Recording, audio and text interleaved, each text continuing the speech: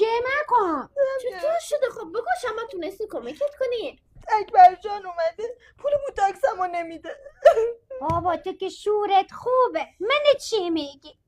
حسین جانو تا روزی 4 بار من نزنه با خورد میره. ها تو بدبختیه. چرا؟ همش تو خود مادره بلکه نمیبره مادر روزگاهی رو همش پرشی کنه دارم لحظت کنه. تو که خوبی.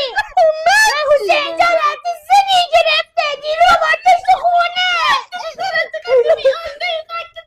من چی میگم؟ من بدبخت چی میگم؟ من کار میکنم برای یه زندگی دارم خرج میکنم جلو خودم همه میگیرمید بود.